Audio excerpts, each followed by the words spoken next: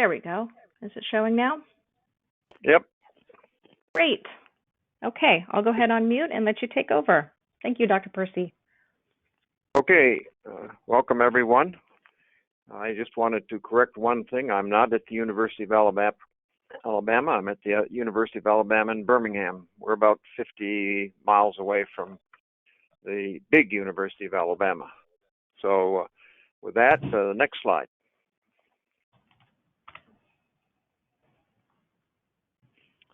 So Rett syndrome is a neurodevelopmental disorder which mainly affects females. It originally was described as a neurodegenerative disorder, but what we have learned in the subsequent years since the early 60s of the last century that it is and has the features of a neurodevelopmental disorder. This means really that the pathology that one can see in the brain is not one that leads to neurodegeneration. In fact, all of the brain cells are there and remain there. They are simply underdeveloped. And the distinction between a neurodevelopmental disorder and a neurodegenerative disorder is that it is considered quite feasible to interfere or intervene with a neurodevelopmental disorder and affect improvement with appropriate therapies. The cause of Rett syndrome is, in general, a mutation.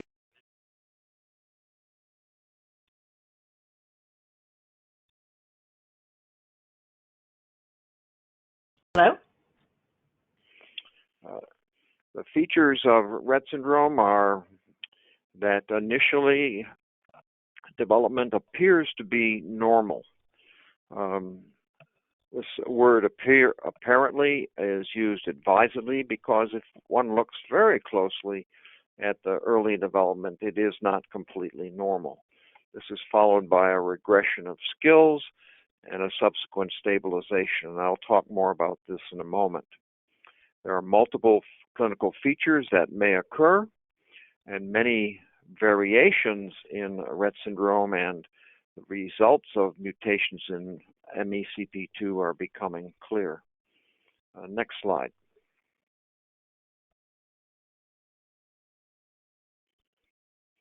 Rett syndrome is characterized by these four points. There is cognitive impairment. Although we do not know exactly what the cognitive level is of these girls because we cannot perform standard psychometric testing, we do know that they do not function at a completely normal level. There is communication dysfunction, which means that in many cases, or most cases, they do not communicate verbally, although they may vocalize. Occasionally, girls may come out with words. These are usually associated with periods of frustration or discomfort, but those words really never return in that day. There is also the onset of stereotypic movements, principally involving the hands, but you also can see them in the feet. But these movements are usually hand wringing or hand clapping and occasionally hand mouthing. And finally, there is a pervasive failure of growth, both in terms of head circumference, which is the earliest feature, and also in weight and linear growth. Next slide. And Rett syndrome follows a definite temporal profile, which I sort of alluded to.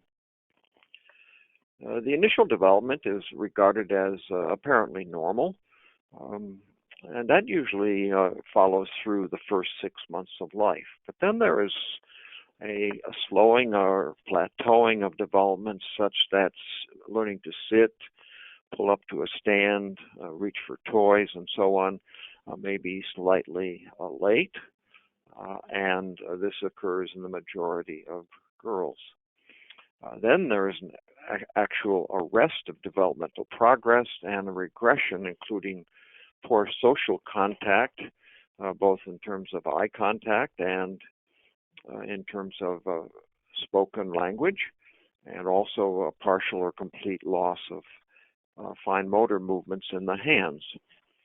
Later on, usually by 30 months of age or perhaps a bit later, there is better social contact with intermittent and really good eye contact, and then perhaps even a period of intense eye gaze.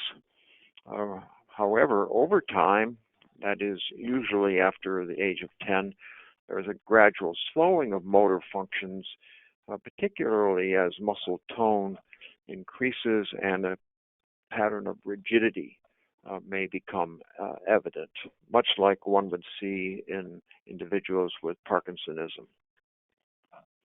Next slide. These two gentlemen really are responsible for Rett syndrome. On the top left, Andy Rett first made recognition of this disorder perhaps in the late 1950s, and first published this in a Vienna Medical Weekly newsletter in German in 1966. It was not read widely, as you might imagine, and Rett syndrome, or he didn't call it Rett syndrome at the time, but it languished unknown for the next 17 years. Bengt Hagberg was a child neurologist in Sweden who was recognizing girls with similar symptoms and signs in about the same time. But there was a difference in the girls that he was seeing compared to the girls that he'd heard about from Andy Rett, in the sense that Andy Rett had identified elevated blood ammonia levels in his population, and Bengt Hagberg wasn't seeing that.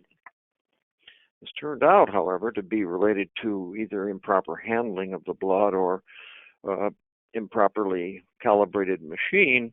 And when Hagberg realized that the ammonia levels were spurious, he said, well, we must have the same disorder. And together with a well-known child neurologist from Paris and two child neurologists from Portugal, he began writing this paper up. In 1981, he was speaking at a conference on so-called mental retardation, a term which we don't use anymore, but he was speaking on this topic at a meeting in Toronto, and Andy Rett happened to be in the audience. And after they conversed about their common experiences, Hagberg went back to his home in Sweden, communicated with the other three neurologists, and said that this should be called Rett syndrome. It was at this time, when the subsequent paper was published in 1983, that I saw my first girl with Rett syndrome at the Baylor College of Medicine and Texas Children's Hospital, where I was at the time. Next slide.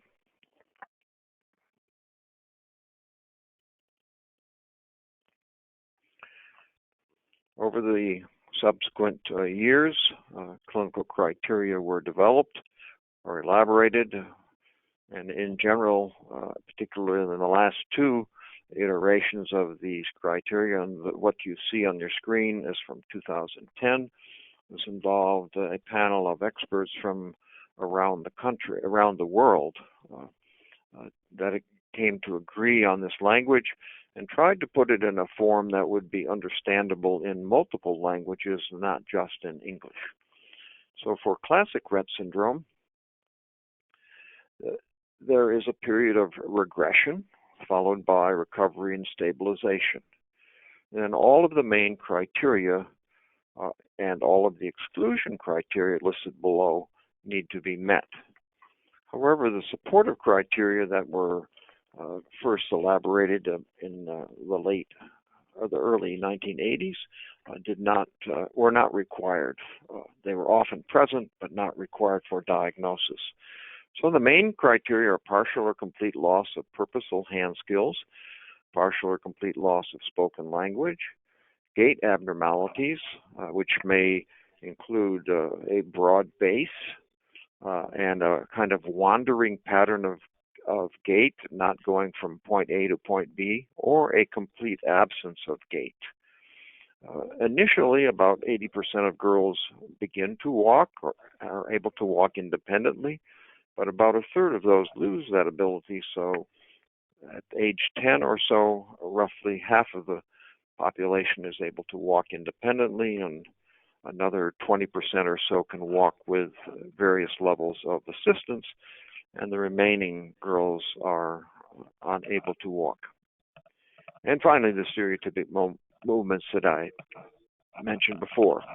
The exclusion criteria are those of a traumatic brain injury or neurometabolic disease or severe infection that could affect the normal development early on. The next slide gives the criteria for the atypical or forms of Rett syndrome, the so-called variant Rett. In this case, they still need to have a period of regression followed by recovery or stabilization. But now, instead of all four main criteria, they have to meet any two of the four and 5 of these 11 supportive criteria, which are listed below. And many of you have seen these, including awake breathing disturbances, either breath holding or hyperventilation, teeth grinding or bruxism while awake, difficulties with sleep, either going to sleep or staying asleep, abnormal muscle tone, usually low to begin with, transitioning through normal between, let's say, 5 and 10 years of age, and then becoming increasingly rigid over time. There are peripheral vasomotor disturbances, so the hands are often cold and discolored or hot and discolored. They may also be quite sweaty. There's a period of scoliosis or a pattern of scoliosis as well as kyphosis. Scoliosis is a side-to-side curvature of the spine, and kyphosis is a forward bending, particularly at the shoulders. There's a growth retardation, small hands and feet, inappropriate laughter or screaming, diminished response to pain, and this intense eye gaze that I mentioned before. And the reference is below. Next slide.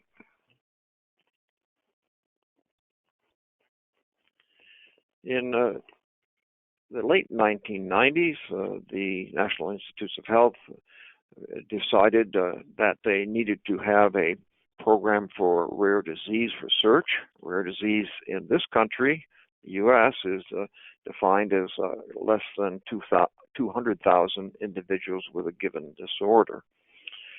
And as such, an application was submitted in behalf of Angelman, Prader-Willi, and Rett syndromes, and was funded in 2003 and refunded in 2009, ending in 2014.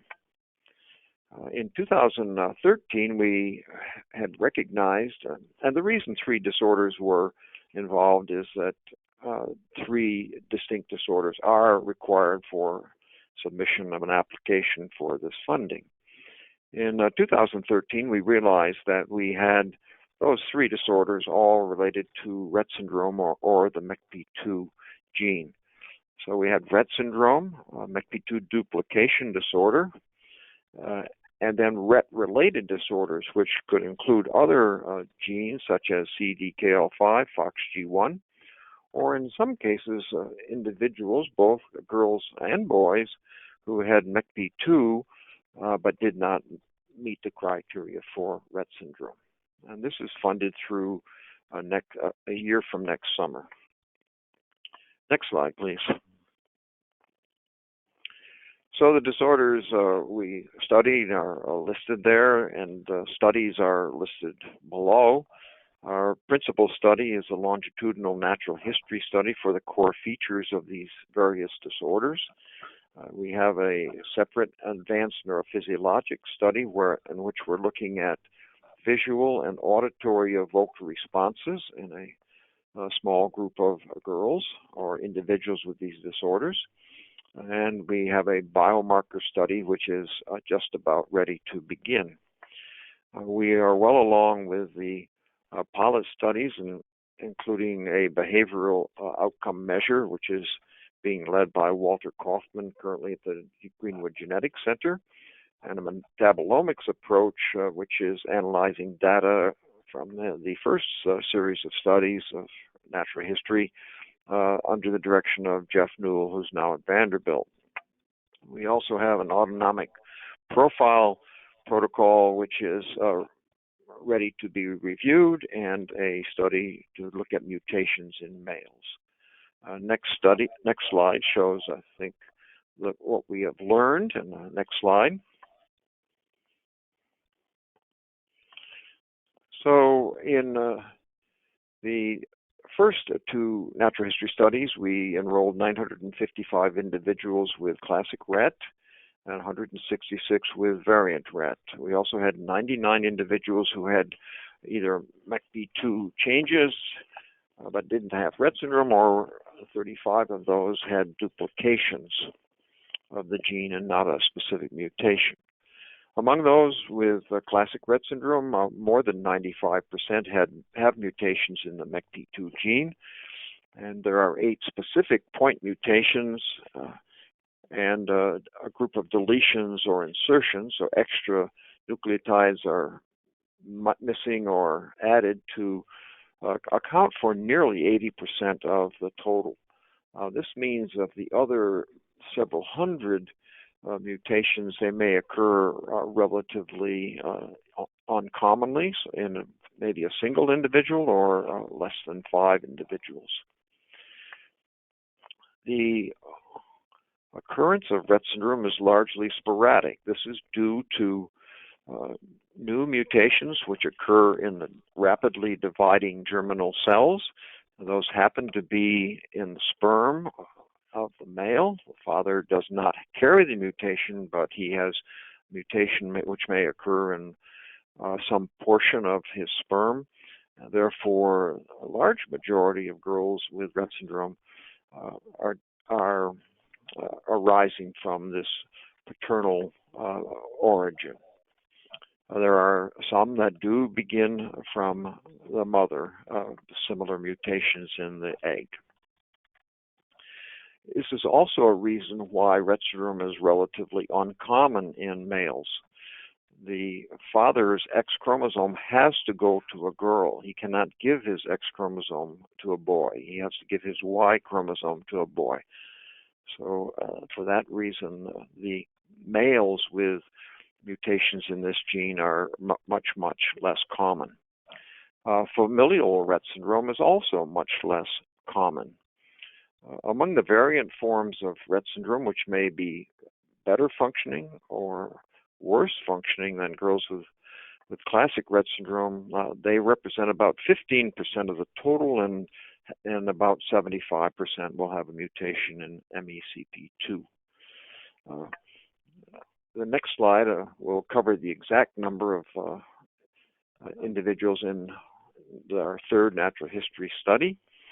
We now have over 700 individuals in this study, slightly more than 700. 477 have classic Rett, and the others are listed here, and I won't go through them in detail. But the sum of these two studies is in the next slide, which shows that classic Rett was more than 1,400 individuals. Atypical Rett is 217. We have 95 individuals, males and females, who have mutations in this gene but do not have Rett syndrome. This includes some mothers who are completely normal, and I will explain that a little bit later when I talk about reasons for the expression of the gene. And 76 individuals in total with MECP duplication. Next slide.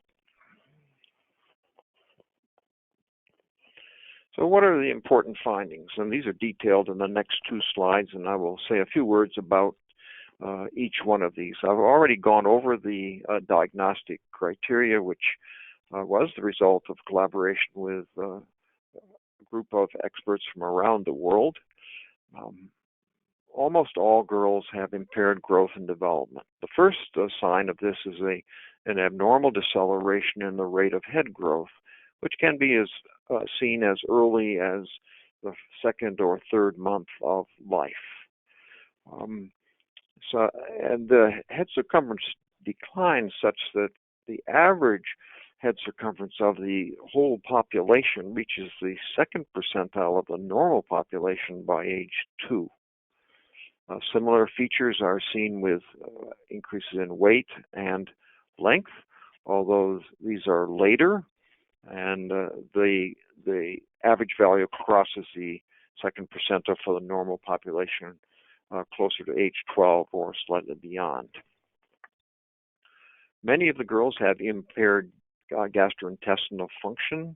They do not chew properly, do not swallow properly, have a high frequency of gastroesophageal reflux. If any of you has had heartburn, you know how much that can hurt. And as much as these girls do not tell exactly where the pain is coming from, this is a major problem. Delayed stomach emptying and constipation are also problems that need to be dealt with. Scoliosis is very common in the Rett population. It appears as early as 4 years of life, and a significant number have it by 8 years of life. By 16 years of life, 90% or so of the population will have some degree of scoliosis. For some, currently our number is about 20%. The scoliosis is of such an extent that surgical correction is needed to insert stainless steel rods in the back to enable the girls to sit in an upright posture. And although this occurs most commonly in girls who do not walk independently, in those girls who do walk, they generally retain the ability to walk after the surgery. Sexual maturation is a process that occurs almost normally in girls with Rett syndrome. There is a higher percentage of girls with premature onset of puberty, that is before age 7, but still the period from the time interval from first stages of puberty to menstruation is about a third longer, 3.9 years compared to 3 years in the normal population, such that the average age of menstruation is around 13, and in the normal population it's about 12 and a half. There are some girls who are much slower than this, but in general, all girls will have a period of normal development of sexual maturation. This is a particular problem that was brought home to me yesterday. I received an email from a woman in Norway who was an educator, and it was dealing with an older woman, and there were concerns about safety for this population. Indeed, that is one of our main concerns, that these girls be protected when they are not in the presence of parents or caregivers who are overseeing them properly. Survival in Rett syndrome is quite good, although it is certainly less than normal. In the initial population described by Andy Rett, when it was looked at, that population looked at again, they could not find any individual except one who was beyond 25 years of age. However, data from our natural history study has shown over and over again that the average survival is slightly above age 50. We have and know of girls who are women who are significantly older than that.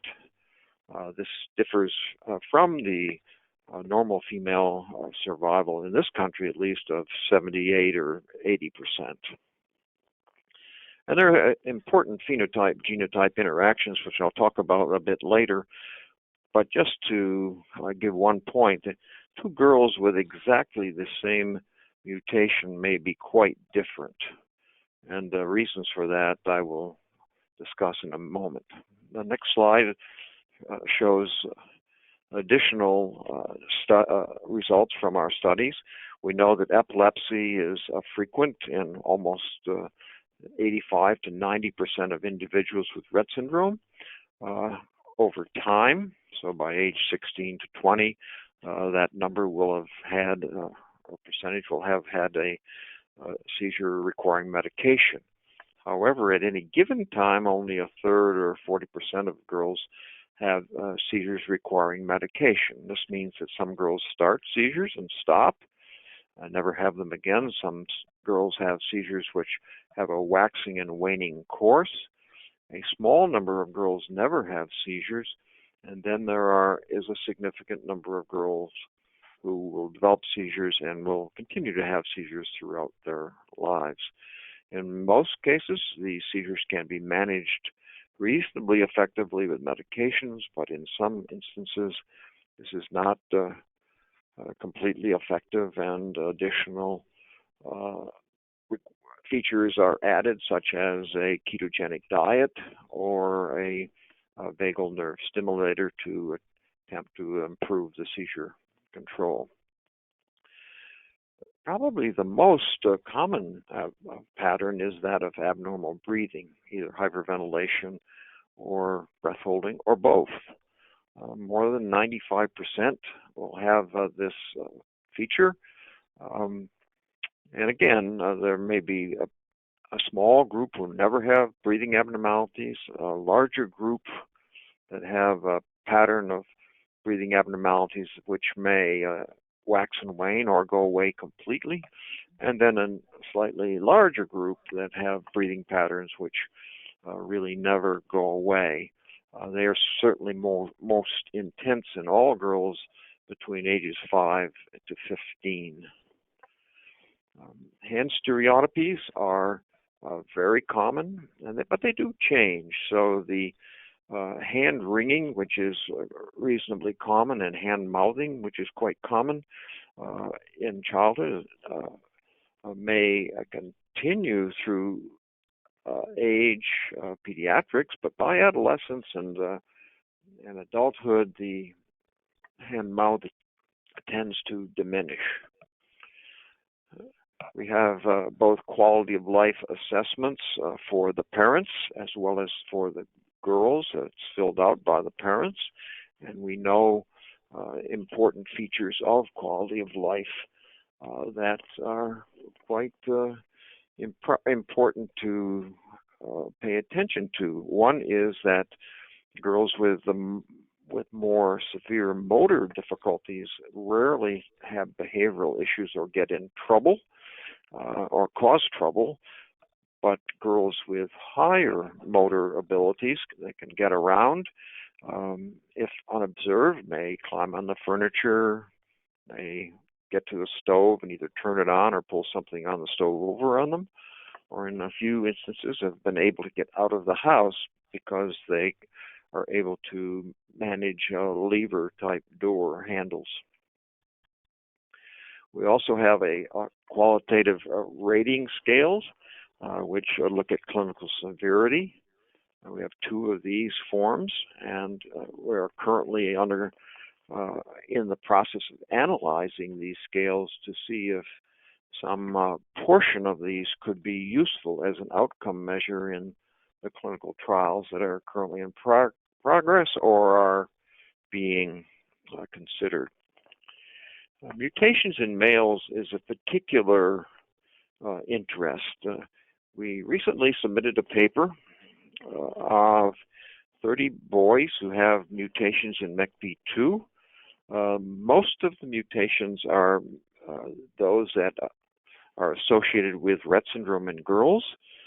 Some number of them, 10 or so, are mutations which do not seem to cause problems in girls, but have been associated with difficulties in boys.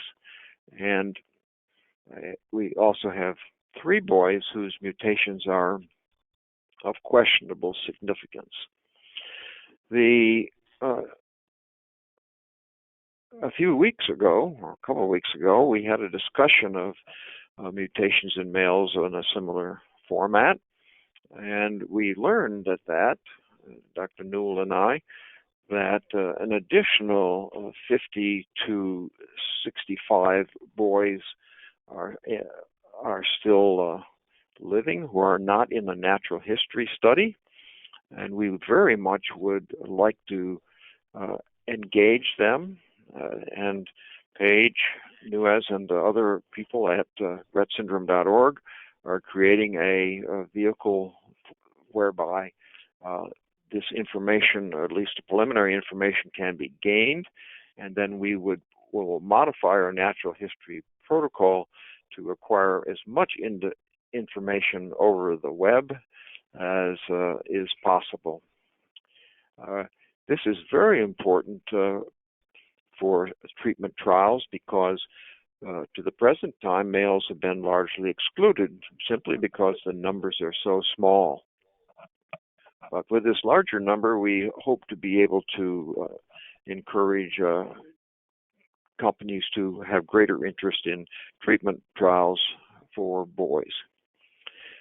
We also know of let's say, classic Rett syndrome, of those 4 or 5% who do not have a mutation in MECP2, they must or might have other genes producing features similar to those seen in Rett syndrome.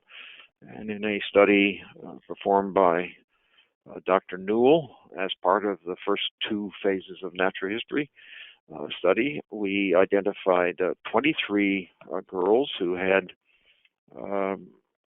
no known mutation in MECP2.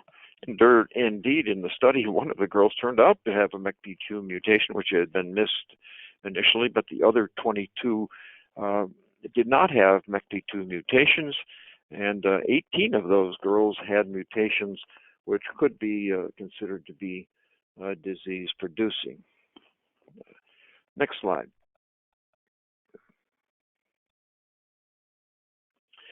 The phenotype-genotype correlations studies that I mentioned before. In classic and atypical Rett, there are 3-point mutations and a group of truncations at the far end of the gene, which produce a relatively less severity than this other group of point mutations and other types of mutations. And we understand that. However, this is a group analysis. As I said, if you look at 2 girls, let's say, with the R133C or R294X mutation, 2 with exactly the same mutations, they can be quite different. Overall, clinical severity generally increases with age, and that is probably related to the increasing motor rigidity. And those girls who walk, have some hand use, and have a later onset seem to have a better outcome and overall severity. The next slide.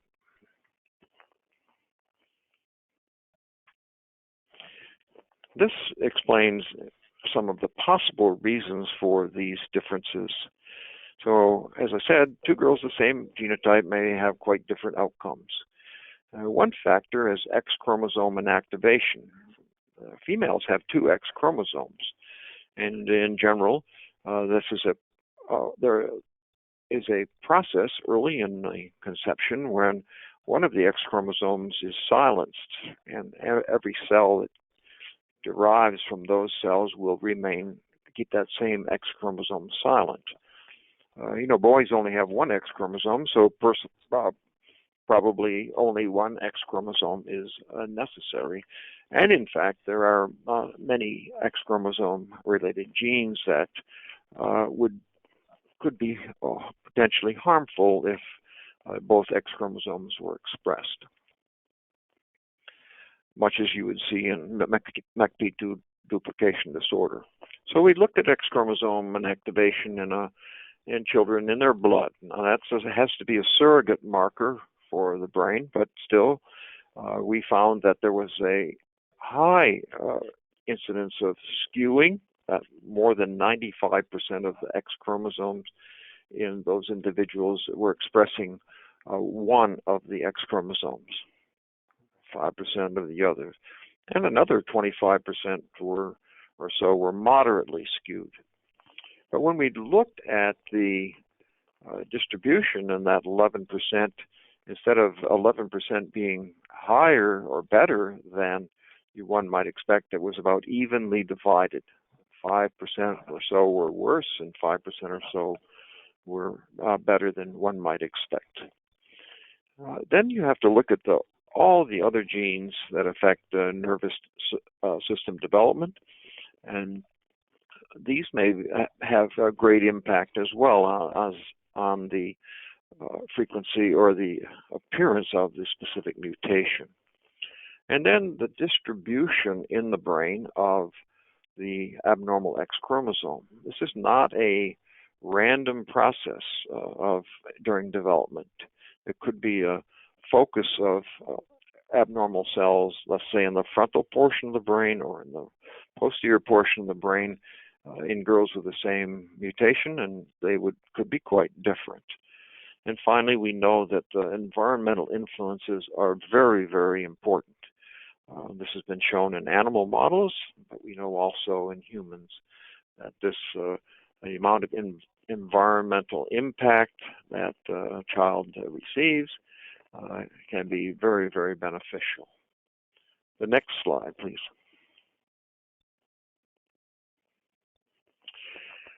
There are other resources that you should be aware of. I'll give you a moment to copy down these websites if you wish. All of the data that we gather in the Natural History Study goes to the Data Management and Coordinating Center, the MCC, which is at the University of South Florida. And you can access the publicly available information at this website, raredisesesnetwork.epi.usf.edu. And in particular, there is a contact registry, which I would encourage everyone who has not signed up to sign up for that. You can be recontacted if you agree to be recontacted, to be made aware of additional studies, and or to complete questionnaires that someone might ask of you. This is obviously of your own free will. You do not have to do it if you do not, but we recommend strongly that at least you sign up with a contact registry. And the second registry is the Rett base. It's run by Dr. John Christodoulou, who is in Melbourne, Australia. It's been funded by rettsyndrome.org and its predecessors for a number of years, and this includes all of the different MECP2 mutations as well as those in CDKL5 and FOXG1 that are known and been established to date. And you can get there at mecp2.chw.edu.au, which is Australia. Next slide.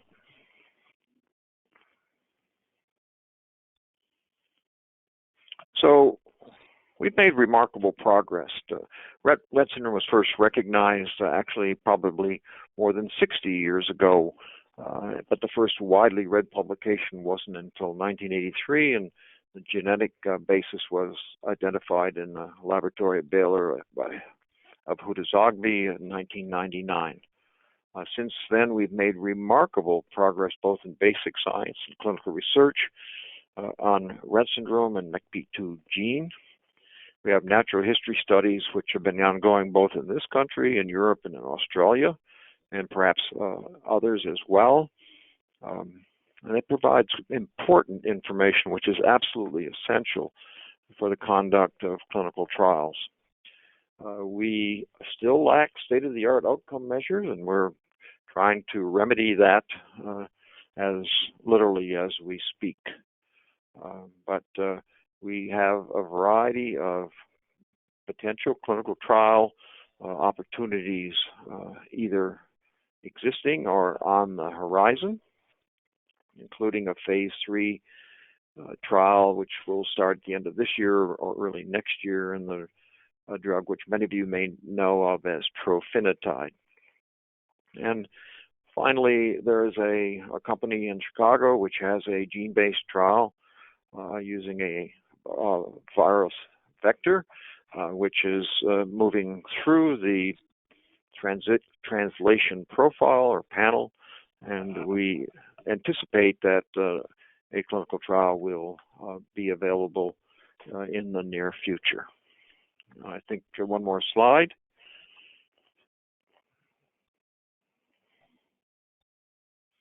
This is the first girl that I saw at Baylor. She's now in her late 30s. She's had scoliosis surgery. She comes from a very